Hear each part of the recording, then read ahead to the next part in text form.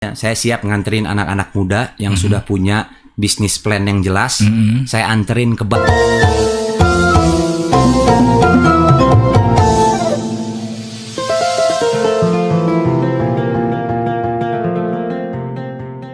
Bismillahirrahmanirrahim. Assalamualaikum warahmatullahi wabarakatuh. Waalaikumsalam. Kang Guru TV yang berbahagia. Saya sangat bahagia sekali. Hari ini saya kedatangan tamu yang luar biasa ya. Pemirsa, ini podcastan ya di studio-studioan, tapi tamunya bukan tamu-tamuan. Kali ini tamu beneran. Pemirsa, saya hadirkan di sini satu tokoh yang luar biasa inspiratif, terutama buat para pemuda di Kabupaten Kuningan. Saya hadirkan di sini Kang Edo. Selamat siang Kang Edo. Siang. Alhamdulillah. Kumaha Damang, sehat. Alhamdulillah Kang Edo. Terima kasih udah sudi mampir. Jika nama warung nasi sudi mampir. Edo, saya bertanya ngalor ngidul aja ya Kang. Iya, apa-apa ya. sok. Oke. Gini Kang. Saya 3 minggu yang lalu bukan dilantik ya, diminta untuk menjadi Karang Taruna. Bukan Karang Taruna, kalau Karang Taruna itu desa biasanya. Saya ini blok, hanya blok di Citangtu itu banyak blok. Saya ketua pemuda satu blok diantaranya. Tapi baru 3 minggu yang saya rasakan itu agak lumayan bagaimana saya ngebagi waktu antara keluarga, pekerjaan dan kepemudaan ini. Nah, pertanyaan saya, bagaimana seorang Kang Edo bisa membagi waktu dengan keluarga dengan seabrek kegiatan? Iya. Jadi pertama atur nuhun Kang ya, sudah diundang juga berbagi pengalaman cerita nih. Iya. Karena memang kita dalam menentukan pilihan, ya saya namakan, ya saya sebut menjabat sebagai wakil bupati itu sebuah pilihan. Iya. Dan tidak boleh menjadi tidak boleh menjadi profesi. Harus menjadikan kita sebagai pengabdi untuk masyarakat. Iya. Nah, oleh karena itu juga sebelumnya saya akan memberikan pemahaman kepada keluarga bahwa nanti kalau misalkan kita bertugas pasti akan ada waktu yang tersita dan juga waktu untuk keluarga juga berkurang dan lain sebagainya. Tapi bukan berarti kita tidak peduli dengan keluarga, tapi berharap keluarga juga ikut dalam kegiatan kita dalam melaksanakan pengabdian di Kabupaten Kuningan. Seperti tadi misalkan contohnya, ya kita tidak punya banyak waktu dengan anak gitu kan.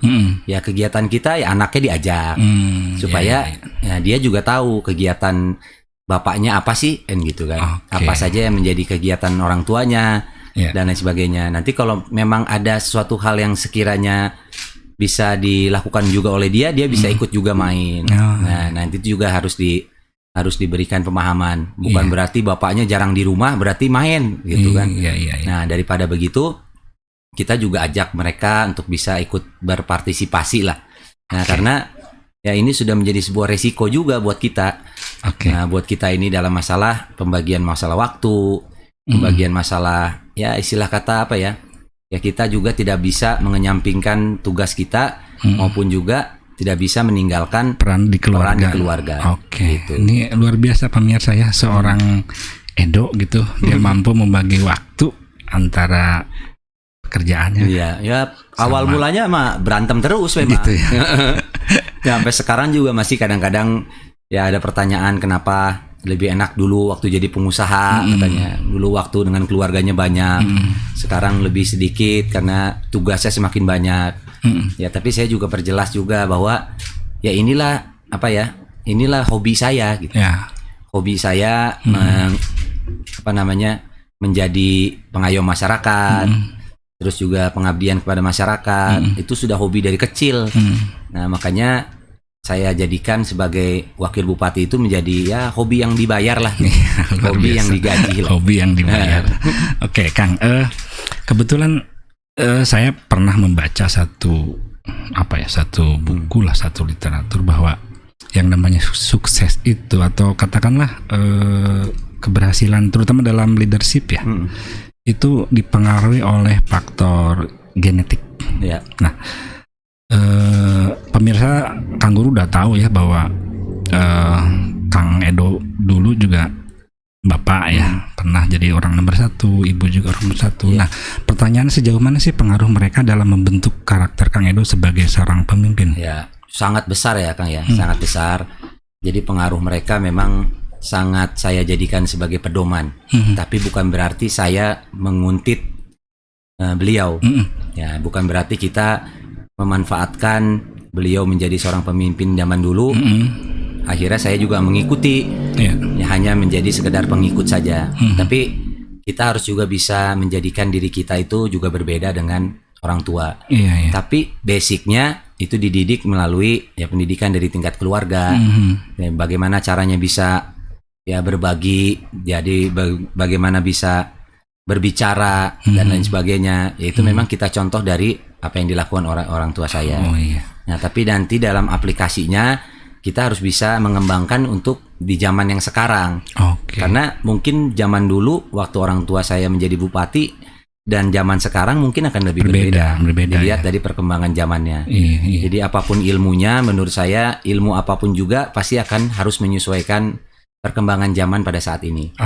Gitu. Nah, pemirsa, jadi saya kurang yakin bahwa leadership itu diturunkan melalui gen, tapi kalau pola pendidikan yang diterapkan dalam keluarga itu justru yang lebih mempengaruhi seseorang gitu kan? Pasti begitulah. Karena pendidikan yang paling penting itu kan pendidikan di dalam keluarga dulu kan.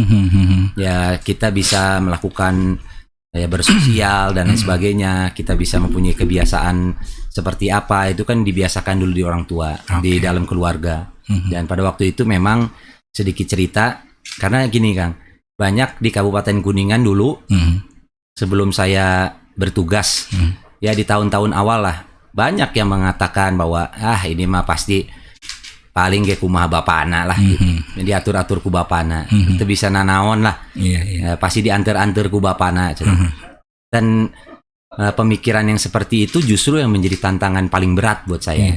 Jadi dalam masalah kita melakukan tugas dan lain sebagainya itu relatif lebih mudah. Yang sulit itu merubah pandangan cara pandang masyarakat ya tentang saya yang tadinya punya orang tua seorang bupati. Nah, ini yang harus kita sama-sama rubah. Dan alhamdulillah dengan berjalannya waktu, dengan kesempatan yang diberikan oleh masyarakat, dengan seringnya berkomunikasi dengan masyarakat, alhamdulillah pemikiran itu bisa sedikit-sedikit dihilangkan. Sebelum berkarir di politik, Akang di pengusaha kan? Saya pengusaha dulu. Jadi sebetulnya ke politik pilihan ya. Jadi maksudnya ada yang harus ditinggalkan atau memang sekarang jalan dua-duanya? Jadi dulu saya dari SMA itu, dari saya sekolah itu senang namanya berpolitik itu. Saya ikut pemilihan ketua OSIS. Saya ikut pemilihan ketua apa nanti waktu di universitasnya saya ikut pemilihan ketua BEM. Nah, jadi dari lulus kuliah saya jadi ketua KNPI. Setelah ketua KNPI ketua Karang Taruna. Jadi senang. Jadi memang sudah dari dulu gitu ya meniti karir di bidang ini sebetulnya. Saya senang berorganisasi dan juga mungkin orang tua juga mengizinkan. Nah, organisasi karena saya merasa bahwa di organisasi itu adalah sumber ilmu yang luar biasa. Kita bisa punya banyak teman, kita bisa tahu caranya berpidato dan lain sebagainya itu adanya di organisasi. Sekaligus kita bisa berbagi apa yang kita punya gitu. Karena kita juga melihat anak muda diharapkan mempunyai sebuah kesempatan untuk estafet kepemimpinan. Tapi anak muda juga harus bisa mempersiapkan. Jangan sampai hanya bahasa kita harus estafet kepemimpinan. Tapi waktunya anak muda, giliran anak muda. Tapi kalau anak mudanya nggak bisa apa-apa ya jangan. Oleh karena itu saya juga pengen anak-anak muda Kuningan harus mengambil punya peran, harus mengambil perannya, kesempatannya diambil, dan juga kita harus bisa lihat timing yang paling pas untuk bisa mengambil kesempatan. Dan bercita-cita itu menurut saya gratis ya. Cita-cita itu yang namanya bercita-cita, bermimpi itu kan nggak perlu bayar, nggak susah. Tapi sesuatu hal yang kita lakukan itu kan awal mulanya dari bermimpi dulu ya. Kang Edo, kalau saya lihat di media gitu ya, di Instagram atau di media lah, banyak sekali berhubungan dengan kegiatan kepemudaan saya lihat. Nah, itu teh Kang Edo karena memang masih muda, gitu ya? Atau memang itu bagian daripada program gimana? Jadi anak muda itu sekarang itu antipati dengan yang namanya pemerintahan. anak muda itu kadang tidak percaya dengan pemerintah. Nah, kebetulan saya juga ya masih dibilang anak muda lah gitu ya. Walaupun nggak muda-muda amat gitu. Muda Pak, kelahiran 82 kan. Kalau saya 90. Kalau saya ngomongnya di depan anak SMP juga dibilangnya tua pasti. Tapi kalau saya bicara di depan saya, di depan anak, ya pasti dibilangnya masih muda kan gitu. Jadi tergantung kita berbicara ya dengan siapa. Iya, nah, betul, makanya kita melihat bahwa anak muda ini harus disentuh melalui hobinya mereka. Kan gitu ya. Iya. Setelah kita melakukan hobi kita bersama-sama, akhirnya nanti akan keluar tuh ide-idenya, kreativitasnya dan lain sebagainya. Akhirnya mereka akan membicarakan itu. Nah, karena sampai sekarang itu kita melihat mereka mengeluarkan ide-ide gagasan itu sangat sulit. Nggak ada saluran. Nggak ada penyalurannya, istilah kata gitu. Nah, makanya saya sampaikan bukan karena saya anak muda terus jadi ngurusin anak muda, tapi kita melihat bahwa generasi yang harus diselamatkan pada saat ini itu adalah generasi mudanya. Apalagi kita melihat pandemi COVID, itu kan mengancamnya ke anak muda. Anak muda dihadapkan dengan tidak adanya lapangan pekerjaan, dihadapkan dengan kemiskinan, dihadapkan dengan kebodohan, karena dia tidak sekolah karena COVID dan segala macamnya. Ya, betul. Nah, oleh karena itu kita harus bisa menjaga, menjamin anak-anak muda kita ini bisa terus melaksanakan kegiatan kepemudaannya. Minimal itu aja dulu. Karena nanti dalam hal misalkan kita melaksanakan kegiatan kepemudaan, mereka nanti akan melakukan suatu hal yang lebih baik lagi, berjenjang lagi, setelah ini melakukan apa lagi. Oke. Gitu. Oke, Kang Edo. Di Kuningan ini yang saya tahu banyak sekali kantung-kantung kreatif ya, baik itu di bidang kerajinan, di bidang budaya, seni atau apa yang kreatif itu banyak lah di Kuningan. Apalagi yang terstruktur misalkan di Karang Taruna sekali. Nah, bukan kira-kira ya, saya nanya ke Kang Edo tuh strategi apa untuk mengoptimalkan peran mereka tuh? Nah, sekarang optimalisasinya itu adalah memberikan keleluasaan kepada mereka. Karena kalau kita meminta ke pemuda, kalian buat ini, mereka belum tentu mau. Jadi yang saya tawarkan itu ya udah, pemerintah akan membantu generasi muda untuk bisa melaksanakan apa yang mereka inginkan. Tapi tetap ide dan gagasannya harus dari kalian. Gitu kan? Karena mau bagaimanapun juga kita akan mensupport, tapi tidak hanya dari bentuk pendanaan, karena pemerintah daerah itu bukan lembaga keuangan. Ya, betul. Nah, jadi apa yang dibutuhkan oleh mereka, fasilitas alatnya, fasilitas apa dan segala macamnya itu nanti kita siapkan. Apalagi kalau mereka mempunyai keinginan menjadi seorang petani, saya paling hobi ngurusinnya. Karena Kuningan itu potensi terbesarnya adalah pertanian, Kang. Kalau kita bisa mengelola lahan pertanian kita secara maksimal, lahan pertaniannya tidak digerus oleh bangunan-bangunan, pabrik dan lain sebagainya, saya harap Kabupaten Kuningan ini bisa menjadi sumber pangan di Provinsi Jawa Barat minimal. Jadi semua orang Jawa Barat butuh sama hasil tani dari Kabupaten Kuningan. Nah, ini luar biasa. Jadi kita bisa menjadikan komoditi luar biasa nih, pertanian. Nah, makanya kita berharap para pemuda ini jangan melihat profesi petani ini menjadi profesi yang bebelokan, siap mencangkul, bukan begitu. Justru petani sekarang juga udah modern, nggak perlu pakai cangkul, nggak perlu pakai kerbau, semuanya sudah ada alatnya. Tinggal kita bisa mempersiapkan, ada kelompok taninya, ada lahan garapannya. Nah, setelah mereka sudah punya kelompok tani dan wilayah garapannya, baru mereka nanti akan minta, kita butuh bibit apa, kita butuh ini apa. Nah, disitulah kita akan ada di tengah-tengah para petani muda. Oke. Gitu. Kang Edo sendiri melihat dinamika kepemudaan di Kuningan seperti apa? Kalau dikomparasi dengan daerah lain ya yang Kang Edo tahu. Saya alhamdulillah jadi anak muda pernah ada di beberapa kota gitu ya. Jadi saya melihatnya di kota-kota lain itu anak muda itu selalu berkompetisi. Mereka itu selalu mencoba untuk menjadi yang terbaik. Kompetisi dalam segala macam hal, bidang politik, bidang ekonomi dan lain sebagainya, kesenian dan lain sebagainya. Jadi saya berharap di Kabupaten Kuningan itu juga bisa mencontoh. Jadi Kabupaten Kuningan harus bisa menjadi sebuah ajang kompetisi yang positif untuk para generasi muda. Dengan kata lain, boleh dianggap bahwa Kuningan belum sejajar dengan. Jadi kalau Kabupaten Kuningan ini anak mudanya saroleh semua. Oh gitu. Alhamdulillah, solehna itu dalam maksudnya teloba kahayang gitu kan. Kita sebagai anak muda ini sebetulnya harus banyak keinginan. Atau mungkin juga karena keterbatasan fasilitas mungkin. Jadi fasilitas memang akan selalu terbatas.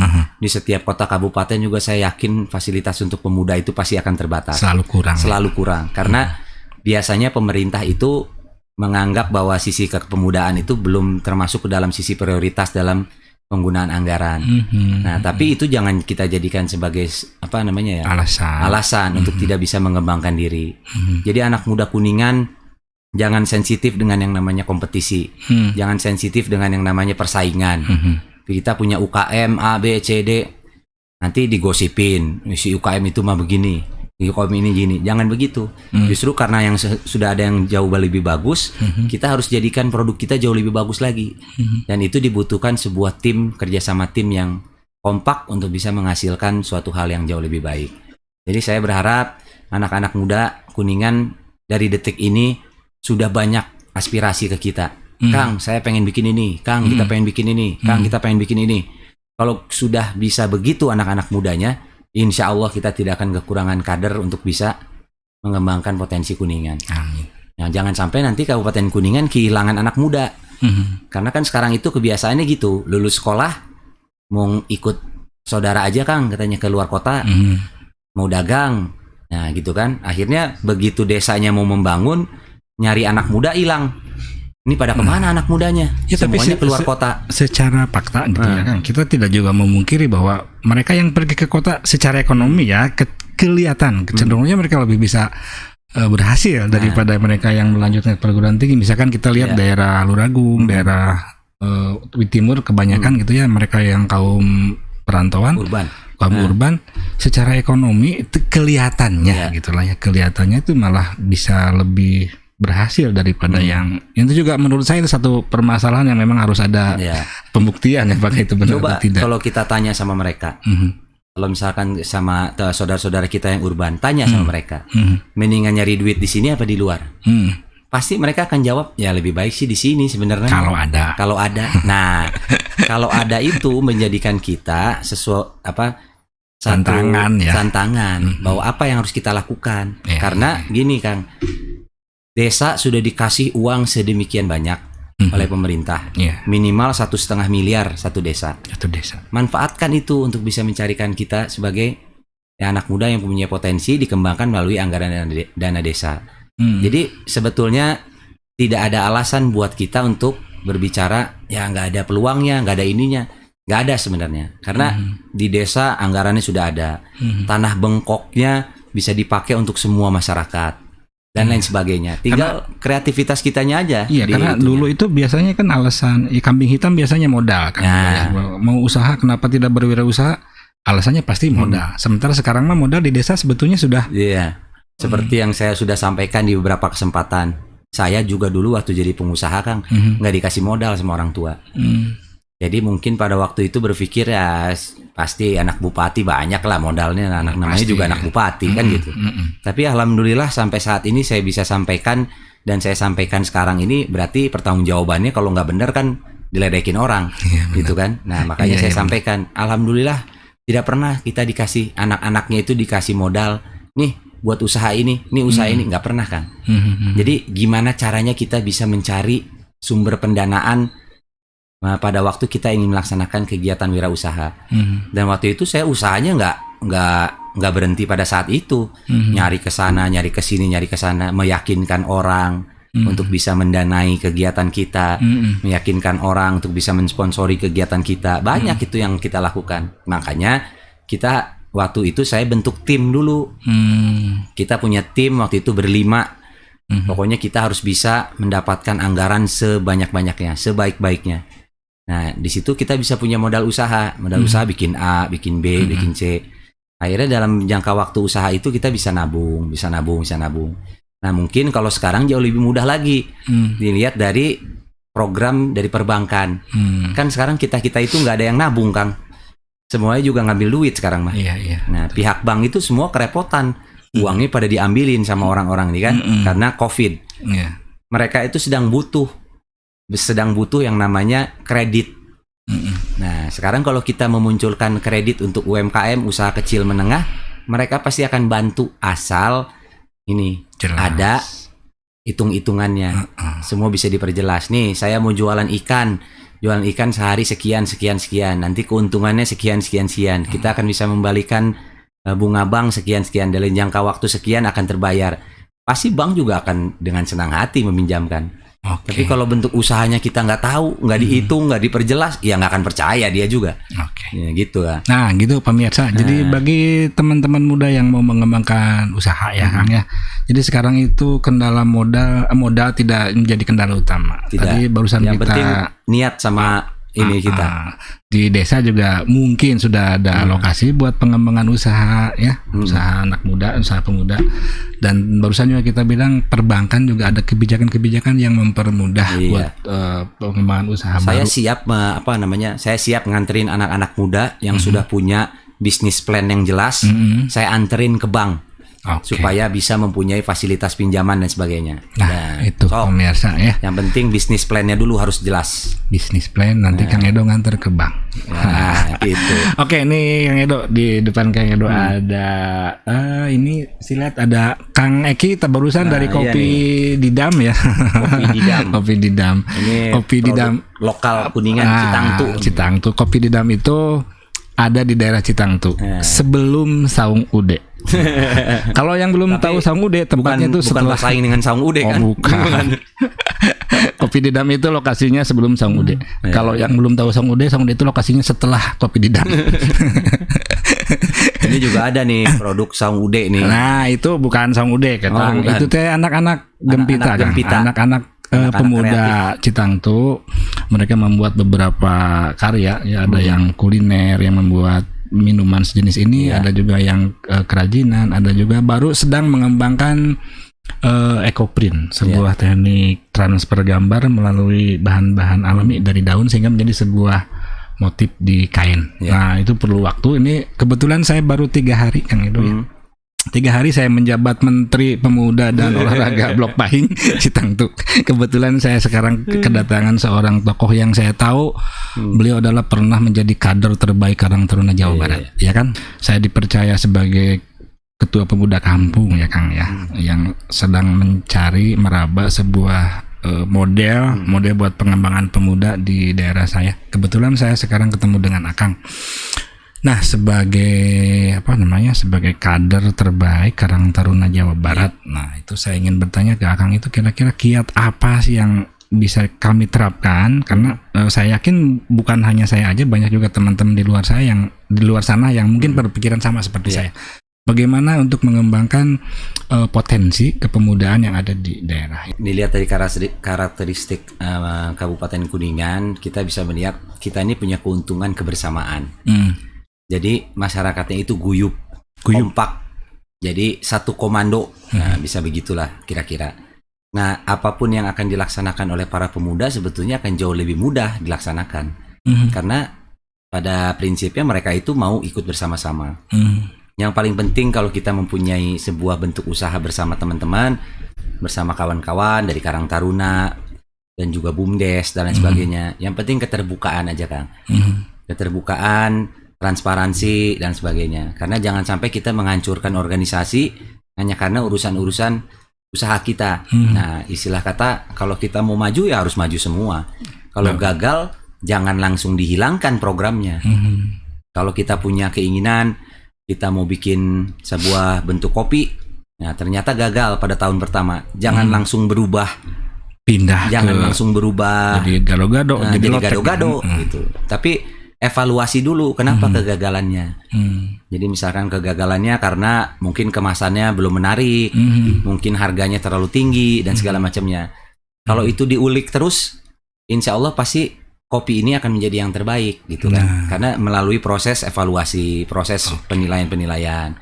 Dan menjadi kader Karang Taruna itu sebuah prestasi lah buat saya ya. Karena kita melihat Karang Taruna itu sebagai lembaga kepemudaan yang tujuannya untuk bisa melakukan pengentasan sosial di tengah-tengah masyarakat. Artinya semua kegiatan Karang Taruna itu ujung-ujungnya harus ada kegiatan sosial. Misalkan punya keuntungan dari bikin kopi, harus dialihkan sedikit untuk membantu panti asuhan, anak yatim dan lain sebagainya harus ada disisihkan untuk kegiatan-kegiatan sosial. Nah, makanya Karang Taruna di Kabupaten Kuningan kemarin saya sudah instruksikan kepada kepengurusan Karang Taruna di Kuningan untuk buat satu kepanitiaan yang nantinya akan membuat sebuah expo Karang Taruna. Nah, di situ akan menjadi pameran hasil-hasil produk dari teman-teman kita Karang Taruna. Itu yang saya maksud tadi saluran itu gitu. Kang. Salah satunya itu mereka mungkin banyak, saya katakan tadi banyak kantung-kantung kreatif yang ada di Kuningan, cuman mereka nggak punya saluran. Setelah mereka mampu memproduksi punya produk, mau dikemanakan? Gitu. Ini juga tadi saya sudah sampaikan untuk Sukong Gempita ini harus ikut kegiatan yang nanti expo-nya itu bertempat di Pandapa Paramarta mudah-mudahan. Jadi di situ nanti dalam jangka waktu mudah-mudahan 1 minggu kita bisa mempertunjukkan hasil dari desa mana, kecamatan mana. Ada yang bikin mebeler, ada yang bikin kuliner, ada yang bikin ada segala macamnya boleh. Dan itu gratis. Jadi mereka naruh barang di situ dan segala macamnya untuk tenda dan lain sebagainya itu tidak dipungut biaya. Nah, saya melakukan itu, kita melakukan itu untuk bisa memberikan pemahaman bahwa Karang Taruna ini tidak hanya sekedar anak-anak muda yang ngerame-ramein di desa aja, tapi Karang Taruna ini ternyata punya bentuk kontribusi untuk desanya masing-masing. Bukan cuma ngahudangkeun sahur. Nah, nah itu keren sekali idenya Kang. Mudah-mudahan ini bukan hanya sekali karena begini, ketika itu diadakan event seperti itu, beberapa ini baru berpikir. Ketika mereka ada itunya udah selesai. Nah, makanya kalau misalkan bisa diupayakan itu rutin ya, jadi periodik sehingga tahun sekali nanti. Jadi yang lain bisa nggak ikut sekarang tahun depan. Nanti begini Kang, jadi tujuan besarnya itu si UKM ini kalau laku nanti pihak-pihak bank akan saya undang. Nah, di situ kan. Nanti di situ mereka akan melihat karena mereka punya CSR. Banknya itu CSR. Nanti mereka bisa jadi bapak asuh dari Sukong Gempita misalkan gitu. Kalau mereka menilai bahwa produk yang dihasilkan oleh UKM tersebut bisa merepresentasikan banknya atau merepresentasikan perusahaannya. Nah, marilah kita bersaing di expo itu. Saya melihatnya gini Kang, karena di ulang tahun Kuningan kemarin, saya sedikit berpikir kok kita mau memberikan hadiah buat masyarakat Kuningan, tapi kok yang dagang banyak dari luar Kuningan. Kan gitu kan ya. Saya berasa melihat bahwa kok mestinya yang dagang itu orang Kuningan, yang belinya orang Bandung kan gitu. Supaya nambah duitnya kita. Ada perputaran. Kalau yang jualnya orang Bandung, yang belinya orang Kuningan, malah kita kehilangan uangnya kan gitu. Capital flight. Gitu. Makanya itu harus dikembalikan lagi dari sisi ilmu perekonomian manapun juga. Pasti harus kita memberikan kesempatan untuk pedagang lokal, potensi lokal dan lain sebagainya untuk bisa meningkatkan daya jual kita gitu. Iya. Nah, itu informasi yang menarik menurut saya ke rekan-rekan pemuda yang ada di wilayah Kuningan bahwa saya dapat informasi dari Kang Edo langsung ya bahwa akan diadakan sebuah bentuk expo ya Kang ya untuk penyaluran, untuk show, untuk mempertunjukkan kreasi-kreasi dari pemuda Kuningan ya, apapun mungkin bentuknya nanti bisa dipertontonkan, dipertunjukkan kepada halayak sehingga itu akan menjadi sebuah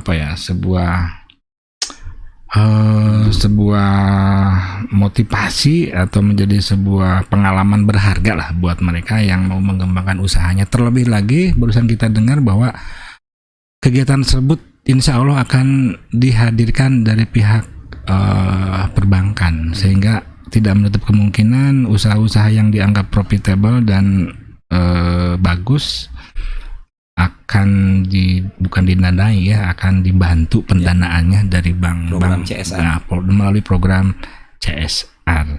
Nah, Kang Rido, saya pikir masih ada waktu, saya mau nanya lagi.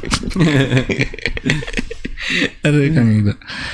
Nah, yang sudah tadi Kang Edo katakan bahwa sebaiknya gitu sebuah kegiatan itu kita mendatangkan orang luar ke Kuningan sehingga modal masuk ya. Jangan sampai kita yang kita kita yang menyelenggarakan, yang dagang justru pelaku-pelakunya justru orang luar, sehingga capital play lah, banyak modal keluar. Nah yang saya lihat sekarang gitu Kang di Kuningan yang sudah seperti itu, artinya sudah ke arah positif dalam artian progresnya bagus itu di pariwisata Kang. Saya melihat pariwisata Kuningan sekarang mengalami gairah yang luar biasa menurut saya gitu ya. Apalagi banyak sekali sekarang didukung oleh munculnya destinasi-destinasi wisata baru ya di Kuningan. Dan itu mengundang kedatangan mereka dari luar kota untuk datang dan menikmati apa yang ditawarkan oleh para pengembang bidang pariwisata. Gimana tuh menurut Akang? Ya, kita pada prinsipnya kalau mau menjual daerah itu ya harus orang luar yang datang, kan gitu ya. Kalau kita menjual sesuatu destinasi wisata, produk UKM atau aircraft dan lain sebagainya, yang belinya kita juga, saya rasa tidak ada perkembangan.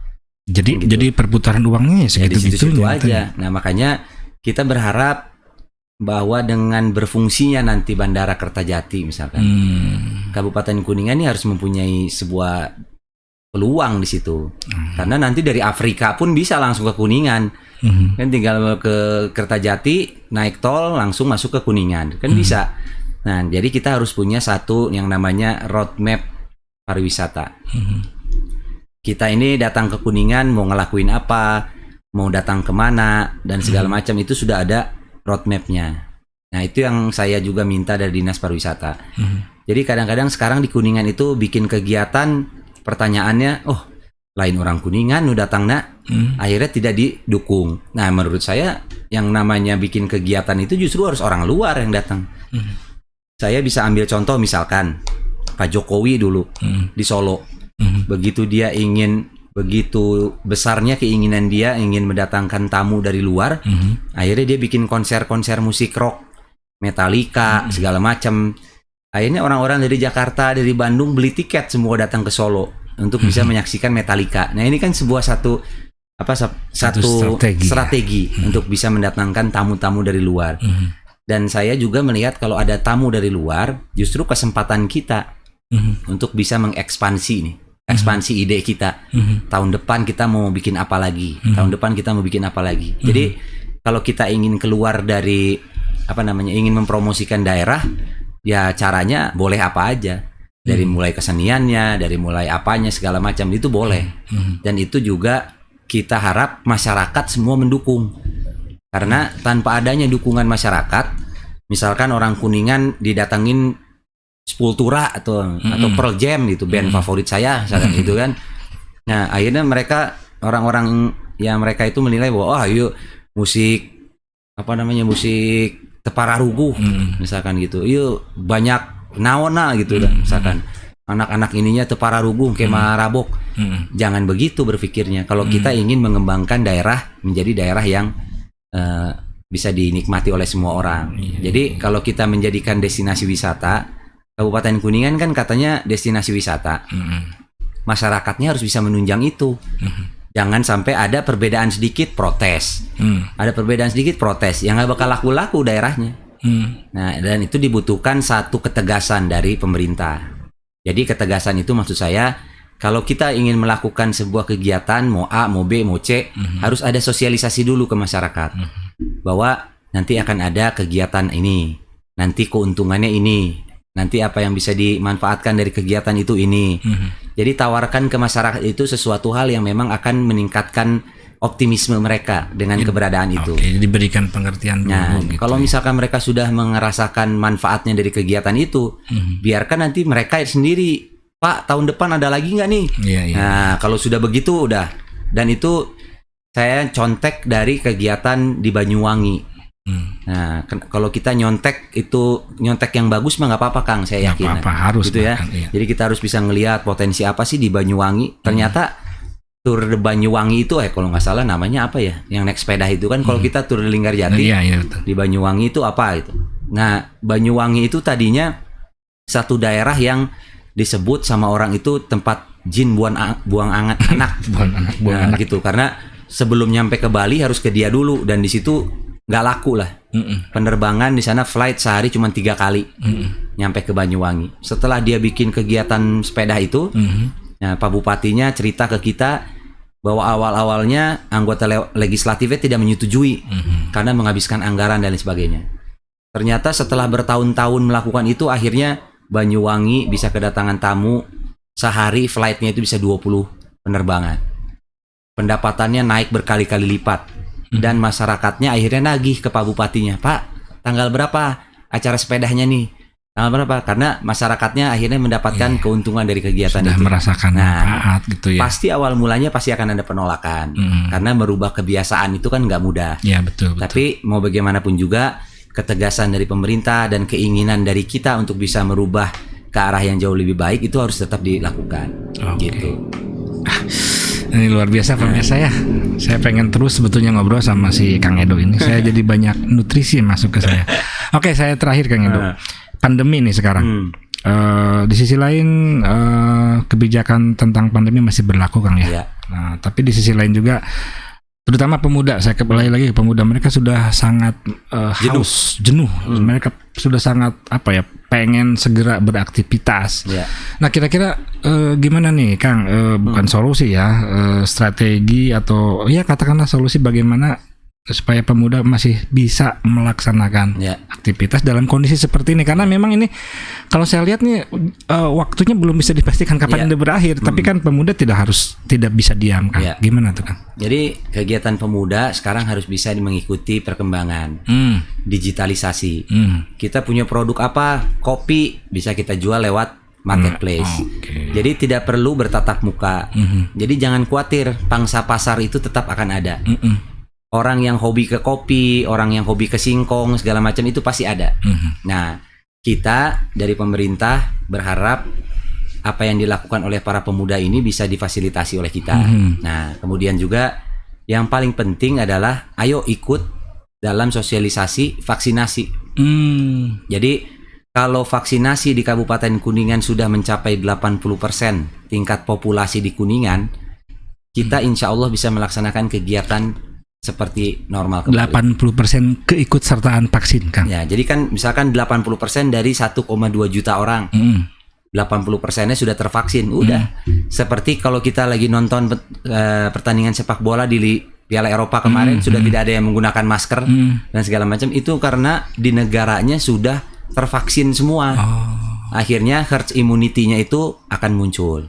Nah, dengan adanya imunitas tubuh yang baik dan juga ada vaksin yang sudah mulai bekerja, akhirnya kita semua tidak akan lebih leluasa melaksanakan kegiatan. Jadi jangan kita menyebabkan adanya hoax untuk vaksin dan segala macam.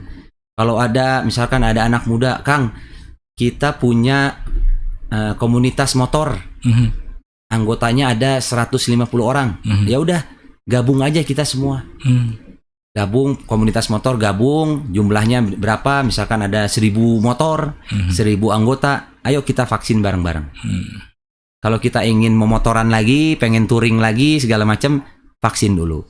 Nah, jadi itu akan mempercepat proses vaksin. Karena perlu saya sampaikan juga, di Kabupaten Kuningan tadinya sudah mencapai ke level kedua, tapi karena penyebaran vaksinnya belum berjalan dengan baik, akhirnya kita naik lagi ke level 3. Nah, makanya saya minta bantuan dari anak-anak muda, mumpung kita masih pada kuat fisik, divaksin apapun juga dijamin ku saya moal ayana naon. Jadi ayo ikut pemerintah dalam menggalakkan sosialisasi vaksinasi. Iya, semakin cepat divaksinasi, semakin cepat kita menyelesaikan permasalahan COVID. Oke, nah pemirsa, saya tegaskan kembali nih Kang Edo, bahwa segera melaksanakan vaksin buat yang belum, supaya kita bisa cepat berkegiatan seperti normal kembali.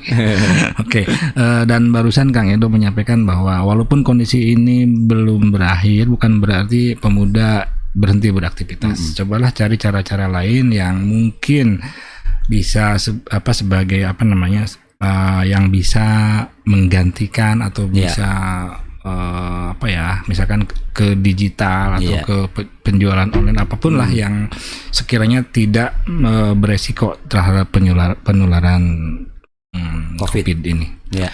Oke, pemirsa, saya ingin ke Kang Edo untuk menyampaikan, bukan kata-kata terakhir ya, menyampaikan pesan. Sebelum saya closing, saya mau dengar nasihat-nasihat Kang Edo ke para pemuda Kuningan khususnya, bagaimana supaya pemuda di Kuningan bisa lebih optimal dalam menjalankan perannya sebagai pemuda. Iya. Jadi kalau dari saya gini aja Kang Ude, namanya anak muda itu pasti akan dianggap sebelah mata oleh semua orang. Anak muda itu pasti akan dianggap belum mampu. Pasti anak muda dianggap belum pengalaman. Tapi sadarilah anak-anak muda, inilah momen kita dianggap seperti itu. Jadi kalau kita dianggap belum mampu, dianggap belum pengalaman, ya memang belum mampu dan belum pengalaman. Tapi bukan berarti kita belum mampu, kan gitu. Kalau orang tua itu pasti, ya kan ente kan belum pernah tua, kalau aneh pernah muda katanya gitu. Tapi ini menjadi keuntungan kita sebetulnya. Karena anak-anak muda ini yang dibutuhkan adalah sebuah kesempatan. Sebuah kesempatan untuk bisa membuktikan bahwa dirinya itu juga bisa bermanfaat untuk masyarakat banyak.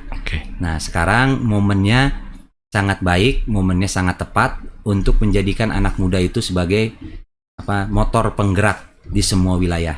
Nah, motor penggerak diberikan kepercayaan itu tidak akan sekonyong-konyong diberikan oleh orang-orang senior kita, tapi harus buktikan sama kita bahwa pada saat kita diberikan kepercayaan oleh mereka, laksanakan dengan baik, jaga kepercayaannya, jangan sampai nanti sudah dipercaya, akhirnya kita mensia-siakan, di tahun-tahun berikutnya tidak diberikan lagi kepercayaannya, jauh lebih repot lagi. Nah, makanya saya menitipkan ke anak-anak muda di Kabupaten Kuningan, maju terus, pantang mundur, jangan kita mau mengalah kepada kenyataan dan juga keadaan, karena saya yakin, saya percaya bahwa usaha perjuangan itu tidak akan membohongi hasilnya. Jadi kalau kita berjuang, kita berusaha, insya Allah pasti hasilnya juga pasti akan baik, gitu. Oke, pemirsa, demikian bincang-bincang saya dengan Kang Edo yang mudah-mudahan memberikan banyak informasi, memberikan banyak inspirasi kepada terutama rekan-rekan muda di Kabupaten Kuningan ya. Saya Kang Guru dan Kang Edo. Bukan Kang Guru sebetulnya, saya Kang Ude dan Kang Edo. Hampir sama tapi beda nasi. Mengucapkan terima kasih. Assalamualaikum warahmatullahi wabarakatuh. Waalaikumsalam warahmatullahi wabarakatuh.